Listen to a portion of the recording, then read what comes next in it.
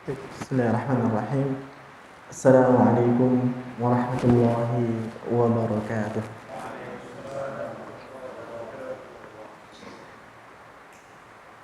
Alhamdulillahi rabbil alamin wa bihi nasta'inu ala umuri dunya waddin. Wassalatu wassalamu ala afdalil anbiya'i wal mursalin nabiyyina Muhammadin wa ala alihi wa sahbihi ajma'in. Amma ba'd. Saudara-saudaraku yang semoga senantiasa dirahmati Allah Azza wa Jalla, mari kita kembali memuji dan memuja Allah atas segala limpahan rahmatnya kepada kita, khususnya pada kesempatan kali ini di majelis yang mulia ini. Kemudian selawat dan salam semoga senantiasa tercurah kepada Nabi besar,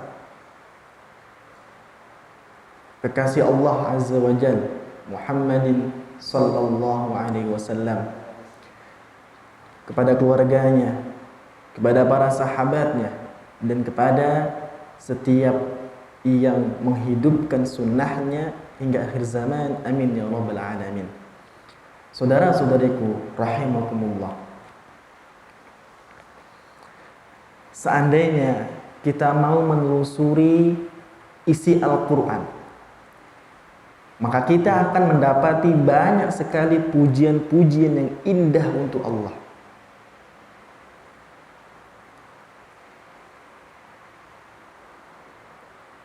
Bahkan Allah Azza wa Jalla di dalam Al-Qur'annya, di dalam kitab sucinya Al-Quran, menyinggung bagaimana seharusnya seorang hamba memuji Allah. Selain kita menemukan pujian-pujian yang indah untuk Allah, kita akan menemukan bagaimana memuji Allah dengan benar.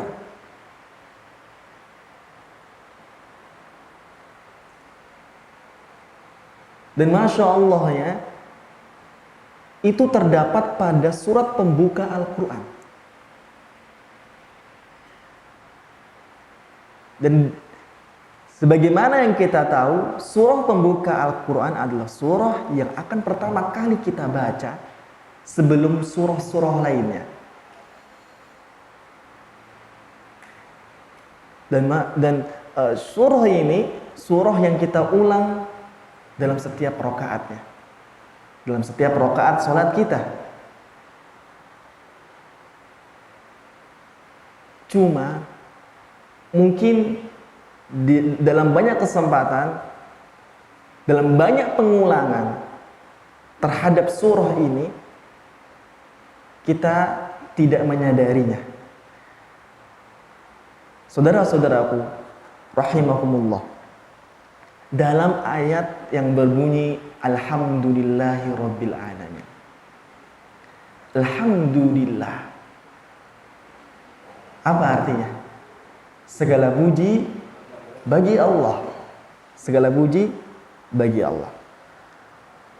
Sebelum kita melanjutkan, ada yang ingin saya tarik keluar menjadi sebuah faidah pada kesempatan kali ini. Ternyata dalam bahasa Arab yang memiliki arti segala puji bukan hanya kata alhamdu, tetapi juga memiliki makna segala puji kata al-madhu. Bila kita cermati penulisannya, yang pertama alhamdu, yang kedua al-madhu.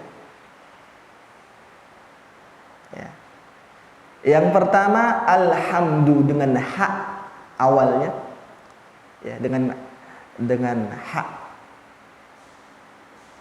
yang menjadi awal pada kata ini. Dan yang kedua al-madhu, ya, ini dengan mim yang menjadi awal katanya. Madhun hamdun. Komposisinya sama, ha mim dal. Ha, mim, dal. Mim, dal, ha. Nggak lepas dari 3 huruf itu. Tetapi Allah Subhanahu wa ta'ala memilih alhamdu bukan al-madhu. Lantas apa kiranya rahasia dari terpilihnya kata alhamdu dan bukan al-madhu?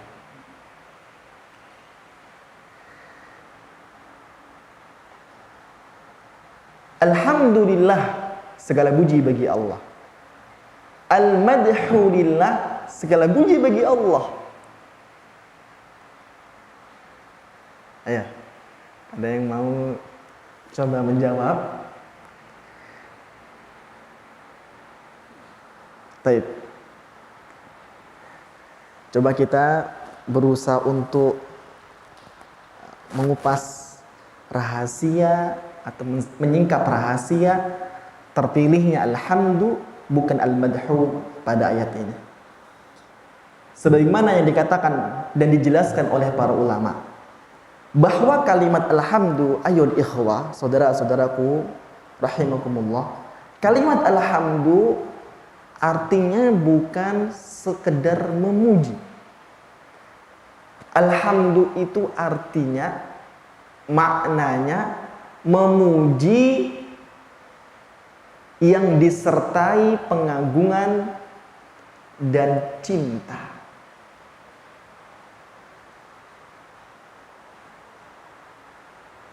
Taib. Alhamdu bukan sekedar memuji, saudaraku. Namun maknanya memuji yang disertai pengagungan dan cinta. Kata para ulama, bila suatu pujian tidak didasari pengagungan dan cinta, maka tidak disebut alhamdu tetapi al-madhu. Kami ulangi, bila suatu pujian tidak didasari pengagungan dan cinta, maka tidak disebut alhamdu tetapi al-madhu.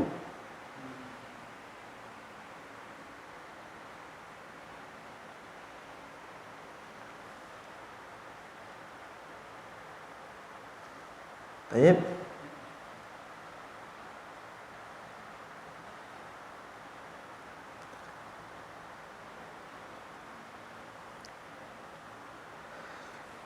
Tidakkah kita pernah dapati orang-orang yang memuji tetapi tidak mencintai? Dia memuji tetapi tidak mencintai.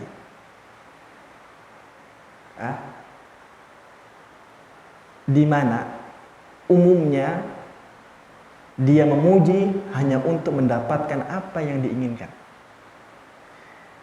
Setelah ia dapat apa yang diinginkannya, maka dia meninggalkan orang yang pernah disanjungnya. Pujian semacam ini, pujian yang tidak disertai dengan cinta, pujian yang tidak diinginkan oleh Allah Azza wa Jalla. Allah menginginkan kita memujinya disertai dengan pengagungan dan cinta.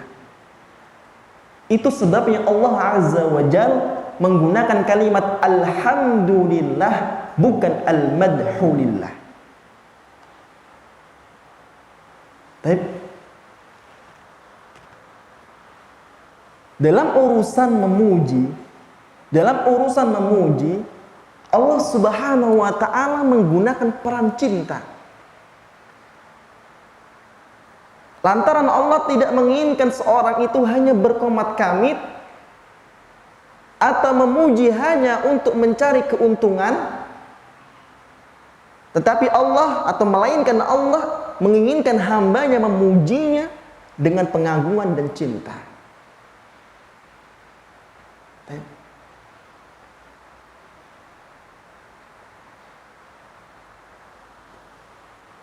Kita dapati peran cinta dalam memuji Allah. Kembali di awal, Al-Quran ternyata kalau kita telusuri, isinya tentang bermacam pujian-pujian yang indah untuk Allah. Itu artinya, saudaraku rahimakumullah, tatkala seseorang membaca Al-Quran, dia akan berhubungan, bersentuhan secara langsung dengan cinta demi cintanya Allah Azza wa Jalla. Lantas apa yang membuat seseorang yang membaca Al-Quran kemudian dia merasa bosan, merasa jenuh, atau dia merasa menjadi orang yang membencinya? Padahal ayat-ayat yang dibacanya isinya tentang cinta demi cinta demi cinta. Karena ayat itu ayat pujian, dan pujian untuk Allah dibaca dengan penuh kecintaan. Bukankah itu sebuah kenyamanan? Bukankah itu sebuah kebahagiaan bagi orang yang mengaku cinta kepada Allah? Kalau orang yang tidak cinta kepada Allah tidak perlu dipertanyakan. Tapi kali ini orang yang mengaku cinta kepada Allah tidak akan pernah bosan membaca Al-Quran. Dia akan semakin terbakar semangatnya ketika dia membaca ayat demi ayat yang ternyata isinya pujian demi pujian yang indah untuk Allah.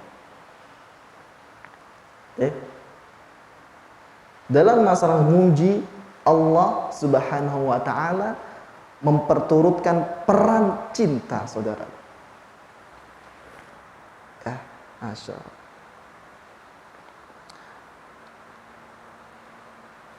Di Arab waktu dulu ada para penyair yang kesibukannya memuji para raja. Dan tidaklah mereka memuji para raja, melainkan mereka meminta imbalan atau upah, atau diselamatkan atau dibebaskan dari jatuhan dari hukuman.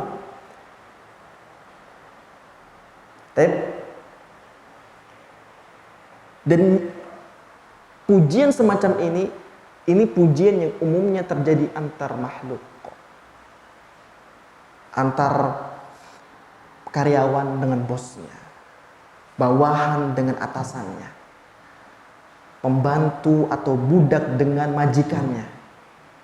Tetapi itu tidak terjadi antara Allah, antara makhluk dan Allah, Khalik penciptanya. Enggak. Allah Subhanahu wa ta'ala dengan tegas mengatakan alhamdulillah. Ya. Allah mengajari kita untuk berzikir, memuji, mengingatnya dengan cinta. Kenapa perlu disertakan dengan cinta? Apakah Allah begitu layak mendapatkan cinta kita? Maka jawabannya sangat-sangat layak, sangat pantas. Apa yang ada pada diri kita, ya, lahiriah atau batiniah, secara batin atau secara lahir, apa yang kita rasakan pada hari ini sampai detik ini dari karunia demi karunia Allah Subhanahu wa ta'ala, datangnya dari Allah. Allah mengatakan wa ma bikum min ni'matin fa minallah. Tidak ada sedikit pun nikmat yang mendatangimu, yang mengenaimu, melainkan itu semua berasalnya dari Allah Azza wa Jalla. Lantas Allah Subhanahu wa ta'ala sangat pantas kita cintai. Kita memuji Allah dengan cinta karena keberhakan Allah atas itu. Setelah begitu banyak nikmat, dan seluruh nikmat yang ada berasalnya dari Allah, maka jangan sampai ada muslim yang mengaku cinta kepada Allah, memuji Allah hanya karena ingin mengharapkan sesuatu, imbalan, hanya ingin mengharapkan harta, hanya ingin mengharapkan uang, hanya ingin mengharapkan tahta, hanya ingin mengharapkan wanita, kekayaan duniawi semata. Nah, tidak pantas. Dan itu kurang beretika. Karena Allah sudah memberikan kita begitu banyak nikmat, pantas pantas kita memuji Allah dengan cinta. Itu sudah seharusnya. Dari kaum muslimin kita memuji Allah ya, dengan pengagungan dan cintanya. Demikian saudara-saudaraku yang dirahmati Allah Subhanahu wa taala. Ya. Coba kita lihat di atas sana ada langit yang begitu luas. Ada matahari yang besarnya jauh lebih besar daripada bumi yang kita tinggali. Di sana ada makhluk-makhluk Allah yang lebih besar lagi yang kita tidak pernah melihatnya. Kita lihat di sekitar kita ada kehidupan. Ada alam manusia, ada alam jin, ada alam hewan, alam tumbuhan. Tahukah kita atau sadarkah kita bahwa setiap pergerakan alam semesta ini terjadi dan ada karena sebuah cinta. Dahsyatnya cinta Allah. Dahsyatnya cinta Allah menjadikan adanya alam semesta, menjadikan munculnya pergerakan alam semesta ini, kehidupan dan seterusnya. Coba kita cermati.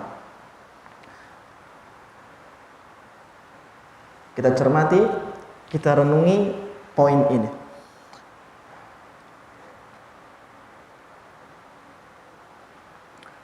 Malaikat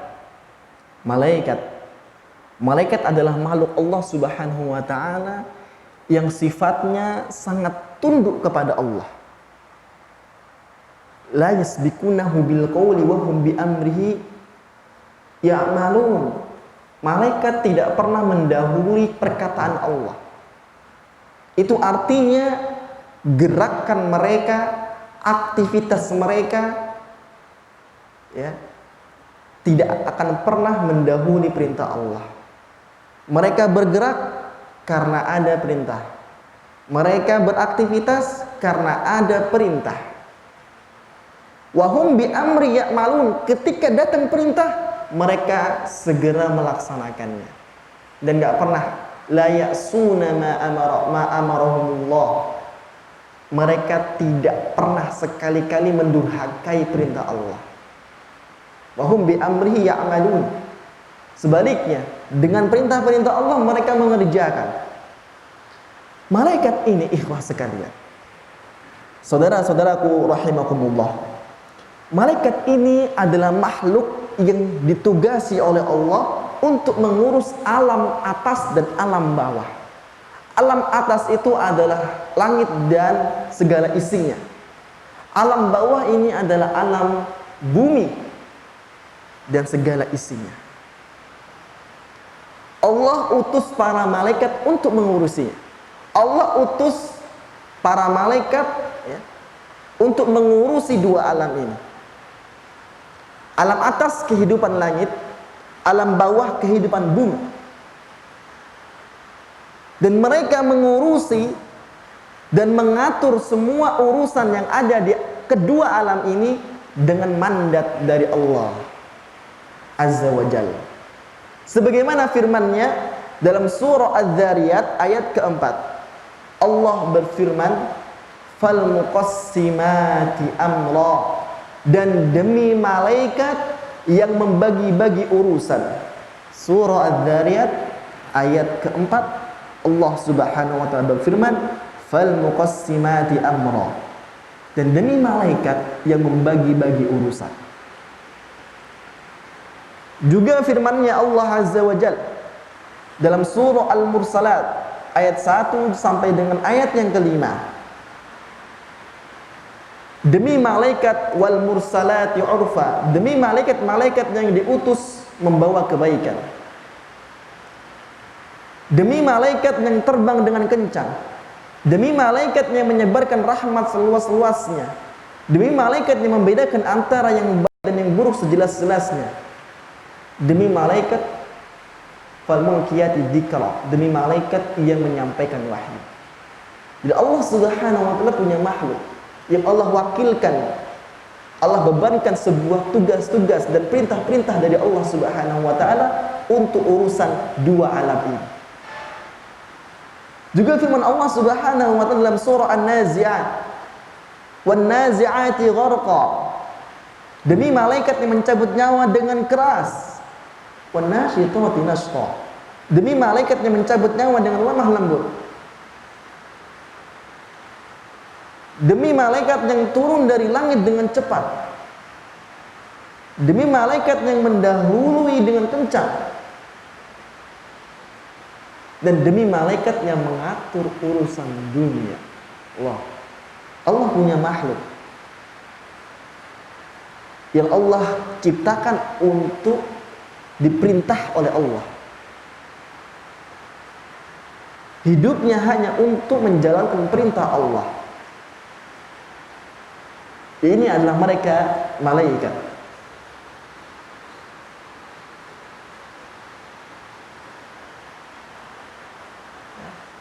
Peredaran benda-benda langit, peredaran benda-benda langit ini, ayuh ikhwah, ternyata diwakilkan kepada para malaikat. Bahkan angin yang berhembus, yang juga kita rasakan di dunia ini adalah urusan malaikat yang telah Allah wakilkan kepada mereka. Sehingga apa yang pernah terjadi pada kaum 'Ad, yang kemudian mereka dibinasakan oleh Allah Azza wa Jalla dengan angin besar, angin topan, itu semuanya setelah mendapatkan perintah dari Allah. Wa amma 'adu fa uhliku birihin sarsarin 'atiyah. Adapun kaum 'Ad, mereka telah dibinasakan oleh Allah dengan angin topan yang sangat dingin. Siapa yang menggerakkan angin tersebut? Malaikat atas perintah Allah. Allah punya makhluk-makhluk yang ditugasi untuk menjalankan perintahnya. Jadi seandainya kalau kita sebagai muslim kok enggan menjalankan perintahnya, bermalas-malasan menjalankan perintahnya, Allah tak butuh kepada kita. Allah sudah memiliki malaikat, makhluk yang siap dengan segala perintahnya. Jadi perintah bagi kita seorang muslim itu kebaikan untuk kita, bukan kebaikan untuk Allah. Karena Allah sudah memiliki makhluk-makhluk yang jauh lebih hebat daripada kita dalam menjalankan perintahnya. Maka perintah itu ada, ayol ikhwah, kaum muslimin rahimakumullah, perintah itu ada untuk maslahat hamba tersebut. Saudara-saudaraku rahimakumullah, ada pula malaikat yang ditugaskan untuk menurunkan hujan. Tahukah kita, hujan yang turun dari langit sana, ya, awan yang bergerak dengan cepat, itu semua merupakan urusan malaikat yang telah Allah izinkan kepada mereka.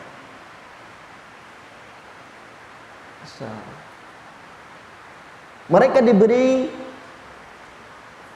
perintah oleh Allah untuk menjalankan awan ini kemana saja yang Allah kehendaki, menurunkan airnya pada tempat mana saja yang Allah inginkan.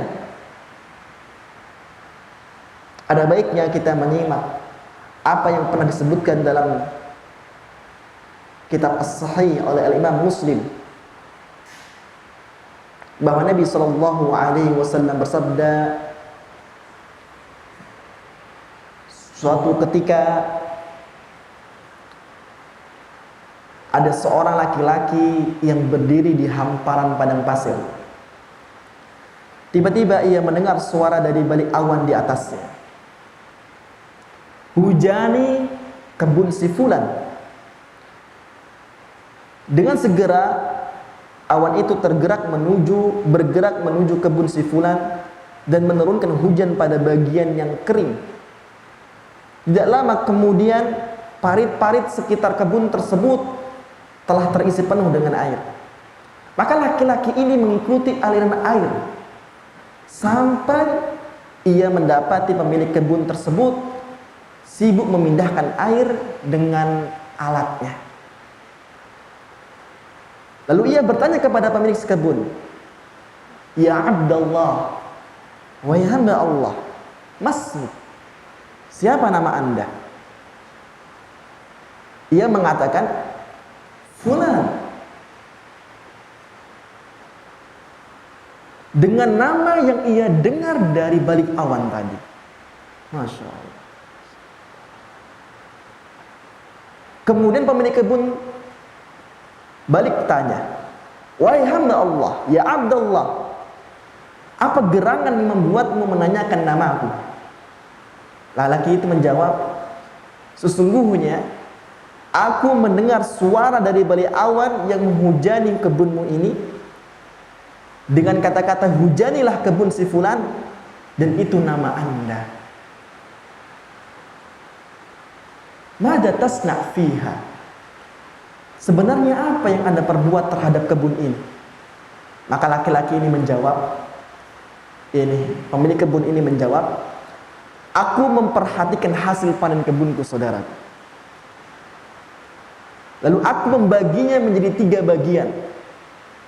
Sepertiga aku jadikan sedekah untuk kaum fakir dan miskin. Sepertiga yang kedua aku berikan kepada keluargaku sebagai nafkah. Dan sepertiga yang terakhir aku tanam kembali menjadi bibit untuk kebunku." Baik. Kata para ulama, dalam hadis ini diterangkan bahwa Allah Subhanahu wa taala memiliki malaikat yang telah diperintahkan untuk menggerakkan awan dan menurunkan airnya. Kepada siapa? Kepada siapa yang Allah kehendaki. Malaikat. Masya Allah. Saudara-saudaraku rahimakumullah. Tidak cukup sampai di sini. Ternyata Allah Subhanahu wa taala memiliki malaikat yang ditugasi untuk mengurusi perkara gunung yang ada di seluruh permukaan bumi ini. Hal itu sebagaimana yang pernah terjadi pada diri Nabi sallallahu alaihi wasallam ketika beliau disakiti oleh kaumnya ahli Taif. Maka penjaga gunung kemudian menyalaminya dan meminta izin untuk membinasakan kaum tersebut jika beliau Rasulullah SAW menginginkan hal tersebut. Namun Nabi kita Sallallahu Alaihi Wasallam berkata, "Bahkan aku mengasihi mereka. Aku berharap Allah akan keluarkan dari keturunan mereka kaum yang menyembah Allah semata dan tidak menyekutukannya dengan suatu apapun." Artinya ada malaikat yang menjaga dan mengurusi gunung tersebut.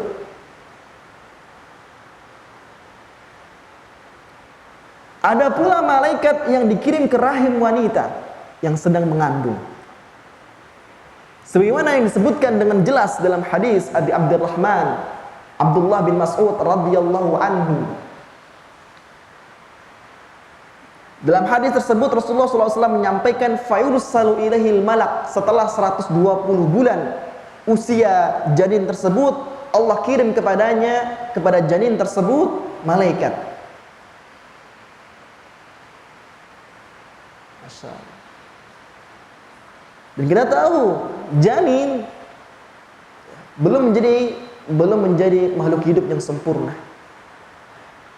sehingga untuk makan, sehingga untuk bertahan hidup atau melanjutkan hidupnya harus ada yang mengurusi. Dan Allah Subhanahu wa taala mengizinkan malaikat untuk mengurusi. Allah mewakilkan malaikatnya untuk mengurusi rahim tersebut. Bahkan ada malaikat yang ditugaskan untuk menjaga manusia. Kita semua. Bukan Allah mengatakan walahu mu'aqibatu min baini yadayhi min khalfihi yahfadunahu min amrillah. Baginya manusia ada malaikat-malaikat yang selalu menjaganya bergiliran, saudaraku, dari depan dan belakangnya. Mereka menjaganya atas perintah dari Allah.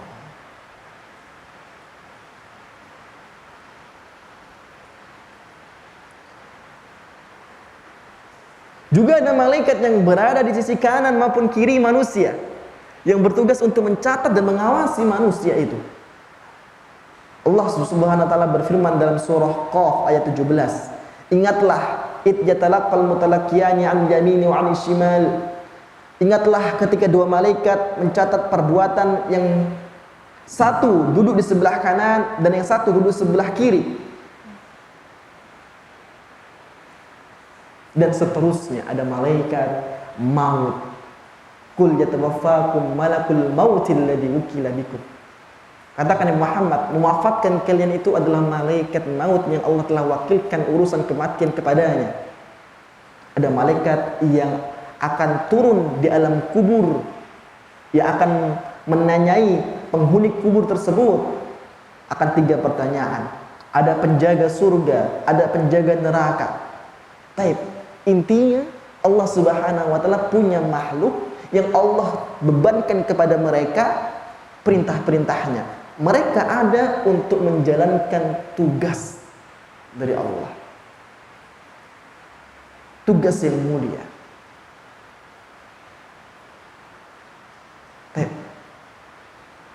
Maka ketika malaikat itu adalah makhluk Allah, malaikat itu termasuk dari makhluk Allah, ciptaannya Allah, dan malaikat itu menjalankan perintah Allah, ya.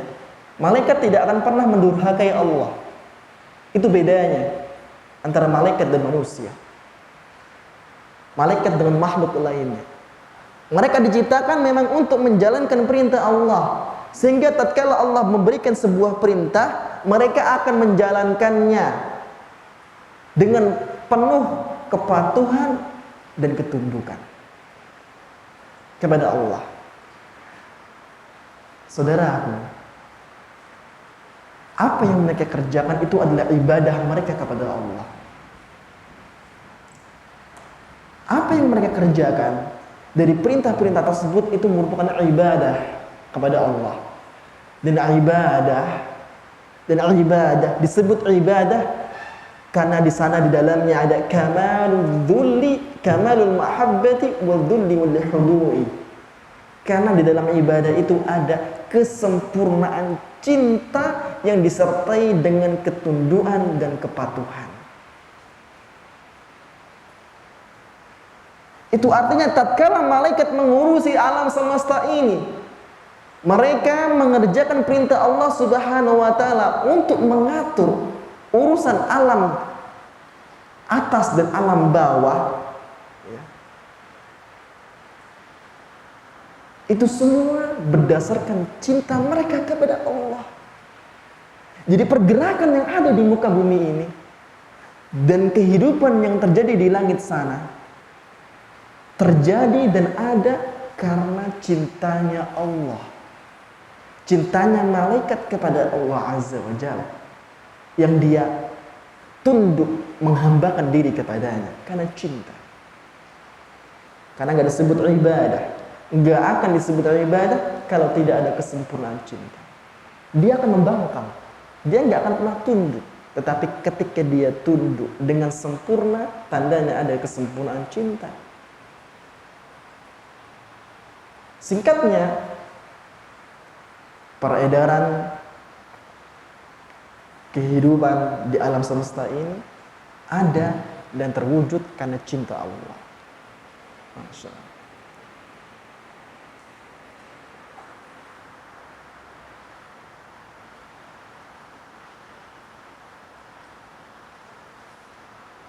Kita menyadari hidup ini begitu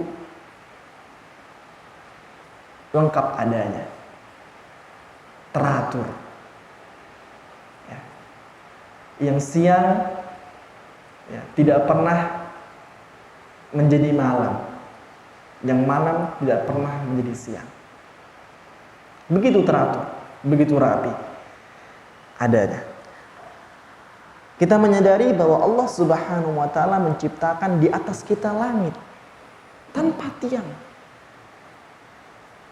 Dan ini salah satu kehebatan Allah yang membuat makhluk-makhluk ciptaannya tunduk di bawah keagungan dan kehebatan Allah. Langit yang kita lihat di sana ada matahari. Yang matahari bagi bumi jauh lebih besar ukurannya. Tetapi matahari bagi langit, ya, langit sangatlah luas. Kita melihat di ujung sana ada langit. Kita melihat ke ujung yang lain ada langit. Lantas, mana ujung langit itu? Ternyata langit bukanlah makhluk yang terbesar. Di sana ada makhluk yang lebih besar di atas langit. Masya Allah. Ikhwah sekalian, pengadaan langit, penciptaan langit dan isinya, penciptaan bumi dan isinya, dan penciptaan apa yang ada di antara keduanya. Masya Allah. Yang ada di antara keduanya itu Allah Subhanahu wa taala ciptakan dengan sebuah tujuan. Dan gak pernah Allah ciptakan yang seperti itu dengan sia-sia. Karena nama Allah Al-Haqq, yang maha benar. Sehingga setiap ciptaannya untuk kebenaran dan dalam kebenaran. Allah Subhanahu wa taala menerangkan hal tersebut. Wa ma khalaqnas samawati wal ardi wa ma khalaqnas samawati wal arda wa ma bainahuma illa bil haqq. Dan tidaklah kami menciptakan langit dan bumi serta apa yang ada di antara keduanya melainkan dengan kebenaran. Dalam surah Al-Hijr ayat 85. Adapun dalam ayat yang lain dalam surah As-Sad ayat ke-27 Allah Subhanahu wa taala mengatakan, dan kami tidak menciptakan langit dan bumi serta apa yang di antara keduanya dengan sia-sia.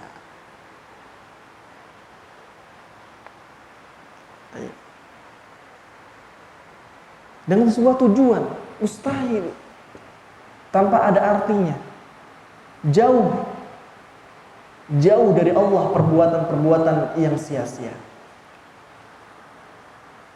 Bahkan kita sebagai penghuni bumi itu diciptakan untuk sebuah tujuan.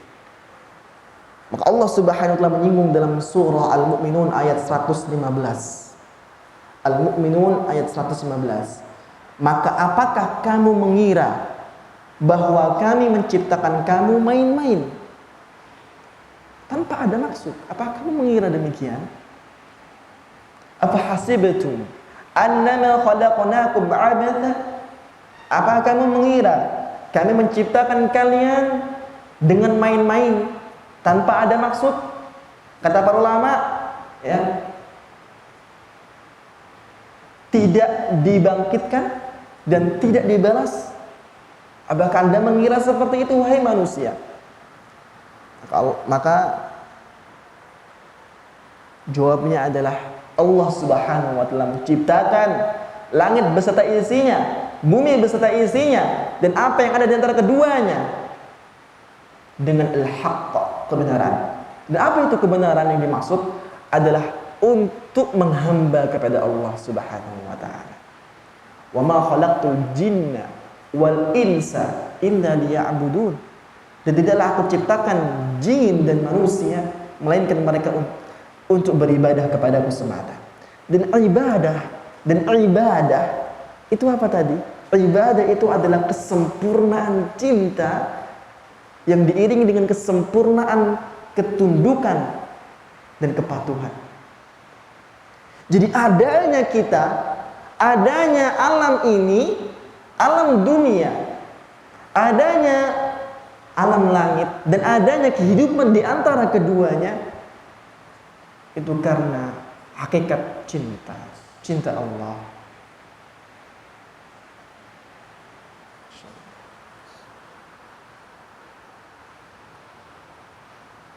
Saudara-saudaraku yang dirahmati Allah Subhanahu wa taala.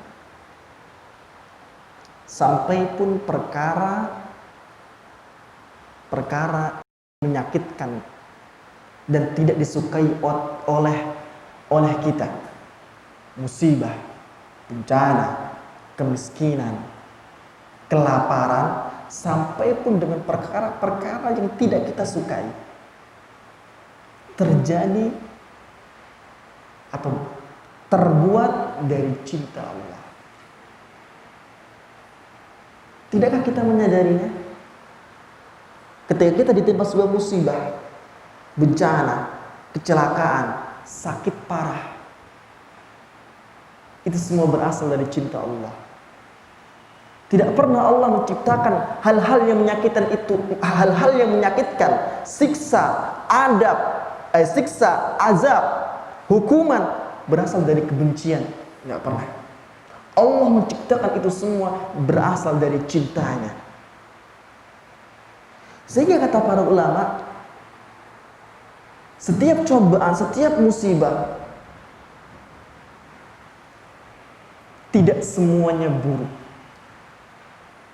Artinya, ya, bukan hal yang menyakitkan secara mutlak. Tetapi musibah dan bencana itu terjadi dan diadakan oleh Allah Subhanahu wa taala, ada kebaikan. Kebaikan yang terjadi pada sesudahnya untuk hamba tersebut.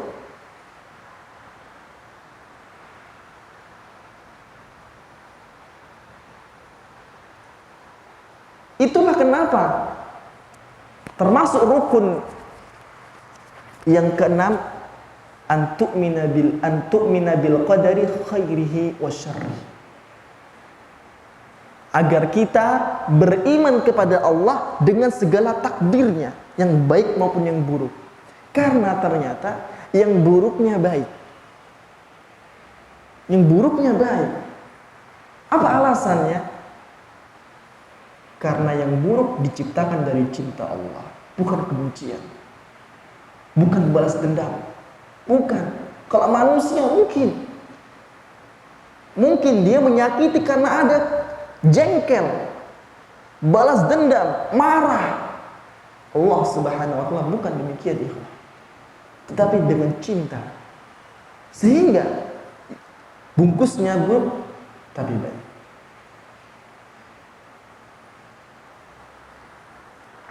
Ya. Insyaallah.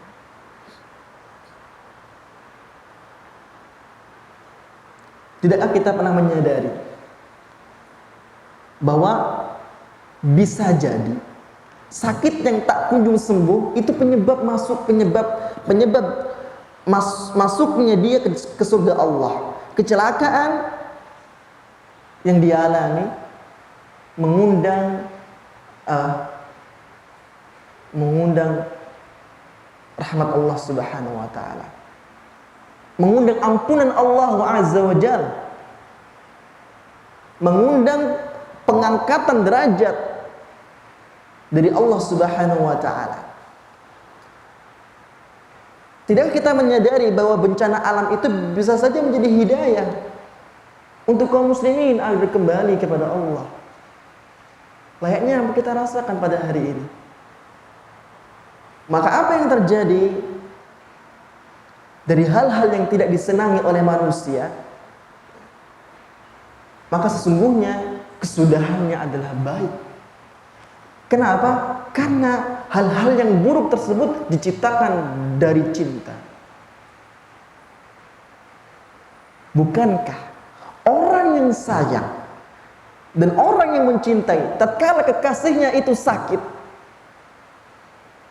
dia akan membujuk kekasihnya tersebut meminum obat, padahal obat itu pahit, saudaraku. Obat itu tidak mengenakan. Tetapi dia harus lakukan. Karena kebaikan. Karena kebaikan, untuk sebuah kesembuhan.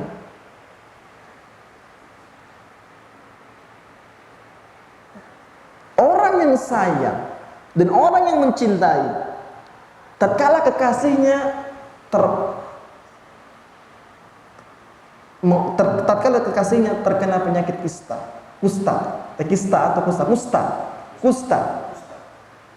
dan ternyata dokter memberi keputusan amputasi. Maka sebagai kekasihnya, walaupun kita sangat menyayanginya, tapi kita harus melakukannya. Padahal jelas-jelas itu memotong tangan, memotong kaki, memotong anggota badan. Itu menyakitkan, kejam, tetapi itu kebaikan. Harus dilakukan, kalau tidak akan membahayakan kekasihnya. Sekalipun dia mencintainya, sekalipun dia benar-benar membuktikan cintanya kepadanya, tapi dia harus melakukan ini. Ini saja masuk logika kita antar manusia. Maka bagi Allah permisalannya jauh lebih baik. Jadi musibah itu ada, bukan buruk secara mutlak. Justru ada kebaikan sesudahnya. Kenapa? Karena terbuat dari cinta. Masya Allah. Cinta Allah Azza wa Jalla. Cinta Allah Azza wa Jalla.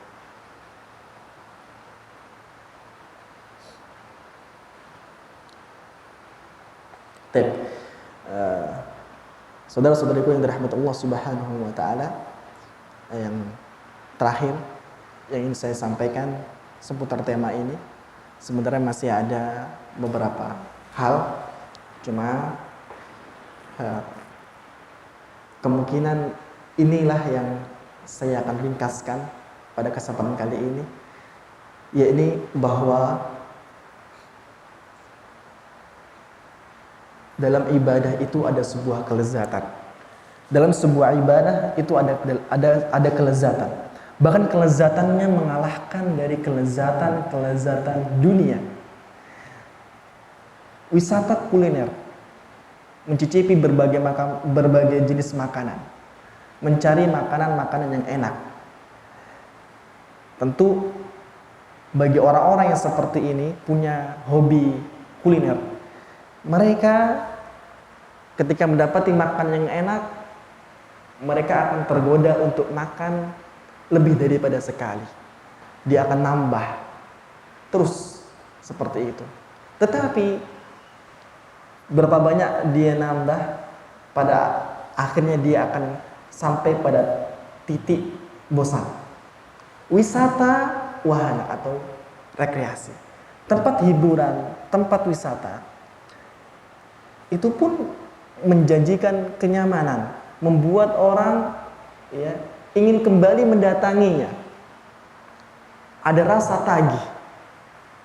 Tetapi berapa banyak dia mengulangi untuk mendatanginya, dia akan sampai pada titik kejenuhan. Sekarang sebuah ibadah sering kita rutinkan. Sebagai contoh diantaranya adalah sholat.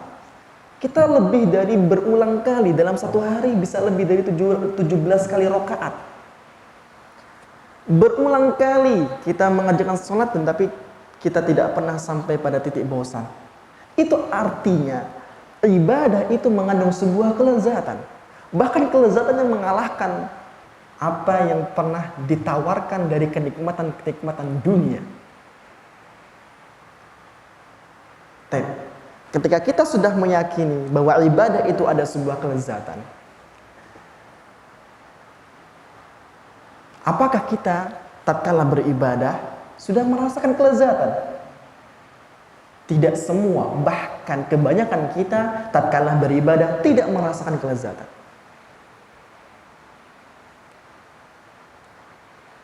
Padahal jelas-jelas dalam ibadah ada kelezatan. Tetapi sayangnya banyak di antara kita yang melaksanakan ibadah tersebut tidak merasakannya. Baik. Contohnya sholat. Nabi SAW Kana Rasulullah SAW idza hazabahu amrun shalla. Rasulullah SAW terbiasa bila ada masalah atau ada kesulitan yang menimpanya, beliau sholat. Dalam hadis yang lain, Rasulullah SAW bersabda, ju'ilat qurratu aini fis shalah. Telah dijadikan penyejuk batinku dalam sholat. Kita meyakini dan sangat mempercayai bahwa Rasulullah SAW adalah manusia yang paling tahu di antara kita, paling tahu dalam urusan yang terbaik di dunia maupun di akhirat. Ketika Rasulullah adalah orang yang paling tahu di antara kita mana yang terbaik di dunia ini dan mana yang terbaik di akhirat ini, di akhirat nanti, ternyata Rasulullah SAW apabila mendapati kesulitan, pilihan beliau adalah ibadah. Itu tandanya beliau mendapatkan sebuah kelezatan dalam ibadah, ikhwah sekalian. Tandanya Rasulullah SAW mengetahui secara persis dan jelas bahwa ibadah memiliki kelezatan. Barang siapa yang berhasil mencicipinya, maka dia tidak akan mau cepat menyudahinya, tidak mau akan cepat berpisah dengannya.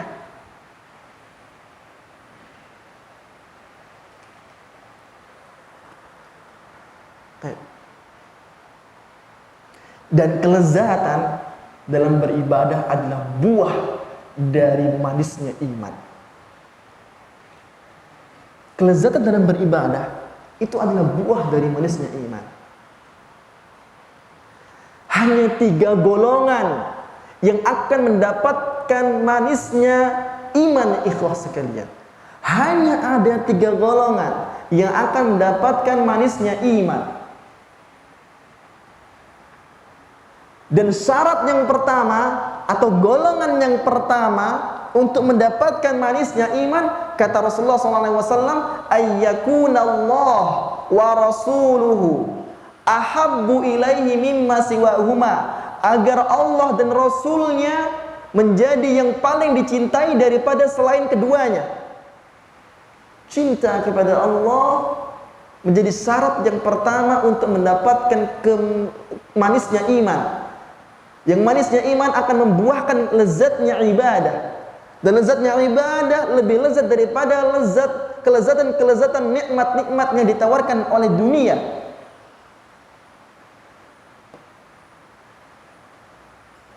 Maka saudara-saudaraku rahimakumullah, cintai Allah Subhanahu wa taala, maka akan muncul manisnya iman. Cintai Rasulullah, maka akan muncul manisnya iman. Akan tumbuh manisnya iman.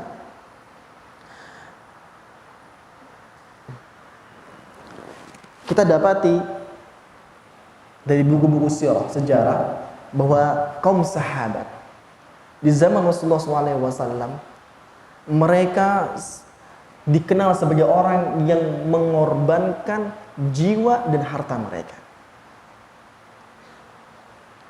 Berbeda dengan kondisi kita kali ini. Kaum sahabat, mereka mengatakan di hadapan Rasulullah SAW, ya, hadi amwaluna baina yadaik. Ini harta kami seluruhnya. Ini harta kami seluruhnya. Kami serahkan di hadapanmu ya Muhammad, ya Rasulullah. Perbuatlah dengan harta ini sesuai kehendakmu. Ya. Imannya para sahabat menghantarkan mereka pada sikap pasrah secara totalitas kepada Rasulullah SAW.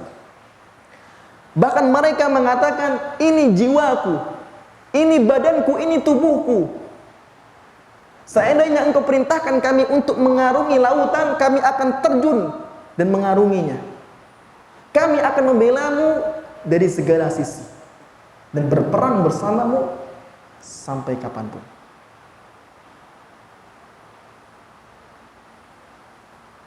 Apa rahasia, kiranya apa rahasia yang menjadikan kaum sahabat bisa bersikap demikian? Tidakkah kita bisa minimal menyerupai mereka? Maka ikhwah sekalian, ya, yang menjadikan mereka bisa bersikap demikian karena cinta mereka pada level yang terakhir. Cinta ternyata punya tingkatan. Cinta memiliki 3 tingkatan. Pertama, cinta karena paksaan. Berat. Jika cinta ini dibiarkan dan tidak pernah dipupuk atau diperbarui atau dikembangkan, maka orangnya, ya, tidak akan pernah merasakan cinta yang selanjutnya, level yang lebih tinggi. Tetapi jika cinta karena paksaan, dia cinta karena dipaksa, dia cinta, ya, karena disuruh, diperintah, dibebani, lalu dia memperbaiki cintanya, memupuk cinta tersebut sehingga semakin kuat, maka cintanya akan naik level selanjutnya menjadi cinta karena ridho dan terima.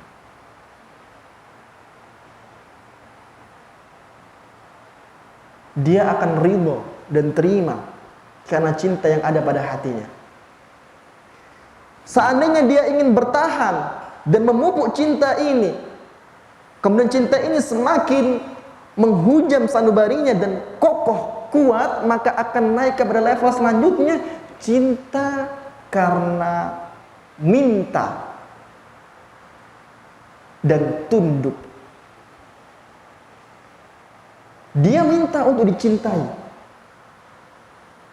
walaupun harus mengorbankan jiwa dan harta seluruhnya, karena dia ingin dicintai. Dia merengek-rengek untuk dicintai. Dan itulah yang terjadi pada kondisi cintanya kaum sahabat, sehingga mereka bisa mengedepankan Nabi, mengalahkan diri mereka. Begitulah firman Allah menggambarkan kaum sahabat ketika itu. An-nabiyyu aula bil mu'minina min anfusihim, kata Allah. Nabi itu lebih utama bagi orang-orang mukmin daripada diri mereka. Bahkan Umar bin Khattab tatkala mengatakan cinta tetapi tidak melebihi cinta pada dirinya, maka Rasulullah mengatakan, belum sempurna cintamu terhadapku ya Umar, sampai aku lebih dicintai daripada dirimu sendiri. Maka Umar ketika ditegur langsung merubah cintanya kepada Rasulullah, mengalahkan cintanya pada dirinya. Bahkan Nabi kita Muhammad mengatakan, tidak sempurna iman seseorang sampai dia mencintai aku, ini Rasulullah, melebihi daripada cintanya kepada anaknya, cintanya kepada orang tuanya, dan cintanya kepada manusia selainnya. Itu cinta yang levelnya sudah karena meminta, merengek untuk dicintai, sehingga dia akan pasrah dan tunduk dengan jiwa dan hartanya. Itulah cintanya kaum sahabat. Baik, saudara-saudaraku rahimakumullah, jika ini cinta kaum sahabat mungkin terjadi kepada Nabi Muhammad SAW, yang notabene Nabi kita Muhammad adalah hamba juga seperti kaum sahabat, lantas bagaimana cintanya kaum sahabat kepada Allah Azza wa Jalla, penciptanya? Tidak bisa digambarkan oleh kata-kata. Maka seharusnya seperti itu. Cinta manusia itu kepada Allah, ya, jauh lebih besar daripada cinta kepada selainnya, lebih utama. Tapi karena mencintai Allah secara keseluruhan zatnya, ini cinta yang tidak boleh, ya, ada saingannya, dan tidak boleh dikalahkan dengan yang lainnya. Adapun cinta selain Allah karena Allah masih boleh. Cinta selain Allah karena Allah masih boleh. Yang nggak boleh itu apabila kita cinta selain Allah mengalahkan cinta Allah. Nggak boleh. Qul in kana aba'ukum wa abna'ukum wa ikhwanukum wa azwajukum wa ashiratukum. Katakan Muhammad, jika ayah kalian, anak kalian, saudara kalian, istri kalian, dan keluarga besar kalian, harta kalian yang kalian tabung, perniagaan kalian yang kalian takutkan kerugiannya, tempat tinggal yang kalian senangi, ini lebih mengalahkan cintanya Allah dan Rasulnya, dan menjadikan kalian lemah untuk berjihad di jalan Allah, bersungguh menuju jalannya. Fatarabbasu hatta ya'tiyallahu bi amri. Tunggu sampai datang keputusan Allah untuk menghukum kalian. Nggak boleh. Atau sampai cinta selain Allah menduakan Allah. Ini adalah cinta yang menghantarkan kepada penyekutuan kepada Allah. Allah berfirman, "Wa minan nasi man yattakhidhu min dunillahi andada yuhibbunahum ka hubbillah." Dan di antara manusia ada sekelompok orang, ada segolongan orang yang mereka mencintai berhala-berhala mereka seperti halnya mereka mencintai Allah. Jadi mereka mencintai Allah sama seperti mencintai berhala mereka. Mereka mencintai berhala mereka sama seperti mencintai Allah. Menyamakan cinta antara Allah dengan selainnya syirik. Padahal sebelum ini, sebelum ayat ini, Allah Subhanahu wa taala telah menegaskan, ya, bahwa sesungguhnya inna fi khalqis samawati wal ardi wa ikhtilafil laili wan nahari wal fulki allati tajri fil bahri, dan seterusnya, telah menjelaskan bahwa setiap yang ada di langit dan di bumi, pergantian malam dan siang, dan sampai pun kapal berlayar, turunnya hujan, air yang bermanfaat, tumbuhnya tumbuhan, disebarluaskannya hewan-hewan di atas permukaan bumi ini, merupakan keagungan dari Allah Subhanahu wa taala dan tidak ada tandingannya. Supaya orang-orang itu memikirkan hal tersebut. Tetapi ayat selanjutnya menyebutkan sekalipun mereka meyakini bahwa Allah itu penciptanya dan tidak ada yang menandingi, dan itu terbukti oleh mereka. Sampai-sampai ketika ditanyakan siapa yang menciptakan langit dan bumi ini, wala in sa'atahum man khalaqas samawati wal ard la yaqulunna khalaqahunna Allahul Azizul Hakim.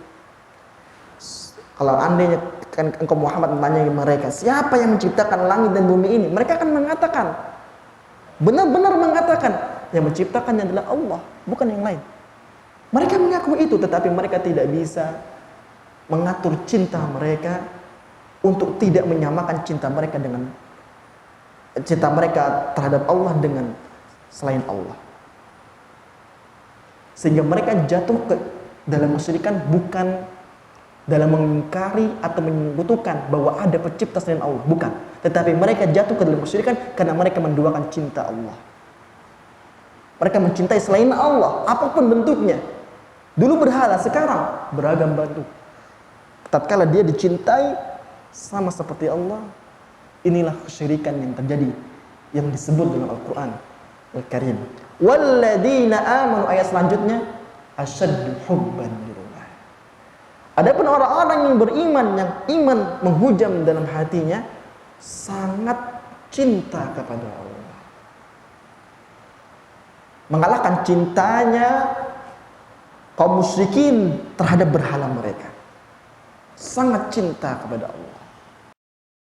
Kalau kaum muda mudi sekarang, cintanya sudah cinta terlarang, cinta di atas maksiat, cinta di atas maksiat, inilah yang menjadi penutup pada pertemuan kali ini.